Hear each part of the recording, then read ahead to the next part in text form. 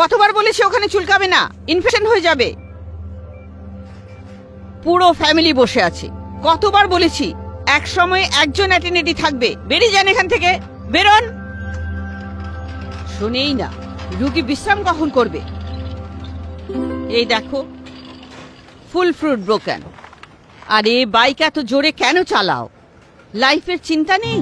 Sister, ওই জবের first day ছিল তাই লেট হয়ে ঠিক আছে যাচ্ছিল। ঠিক আছে, তিনটে কথা। এই পা সোজা রাখবে, স্ট্রেট, আর খাবার পুরো ফিনিশ করবে, আর রাতে ফুল স্লিপ। বুঝতে পেরেছো? আগে ইনি নার্স নাকি জেলার? সিস্টার মার্থা হলেন এখানকার হেড নার্স আর খুবই সুইট ম্যাম। খুব সুইট। ফোন ইউজ করবে না। এই পা চুলকাবে না,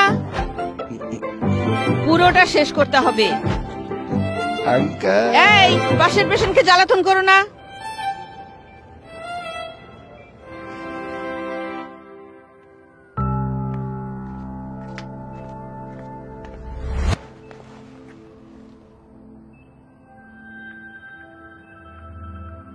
মাম্মিকে ফোন করে ডেকে নিচ্ছ না কেন? কাল ডেকে নাও। ডাকতে পারবো না, মাম্মি দূরে থাকে একলা অন্য শহরে। যদি জানতে পারে ওনার ছেলে এখানে। ঠিক আছে ঠিক আছে, ঘুমিয়ে পড়ো।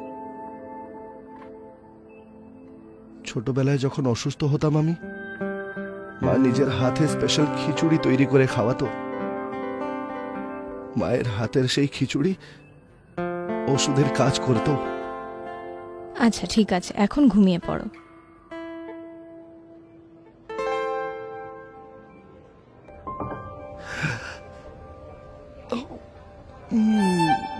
Thank you so much sister, একেবারে মায়ের মতো খিচুড়ি তৈরি করেছেন আপনি। থ্যাংক ইউ আমাকে না, মার্থা ম্যামকে বলো। উনি বাড়ি থেকে তৈরি করে এনেছেন তোমার জন্য স্পেশাল খিচুড়ি। কিন্তু এই মার্থা ম্যাম সবসময় এতটা স্ট্রিক্ট কেন থাকেন?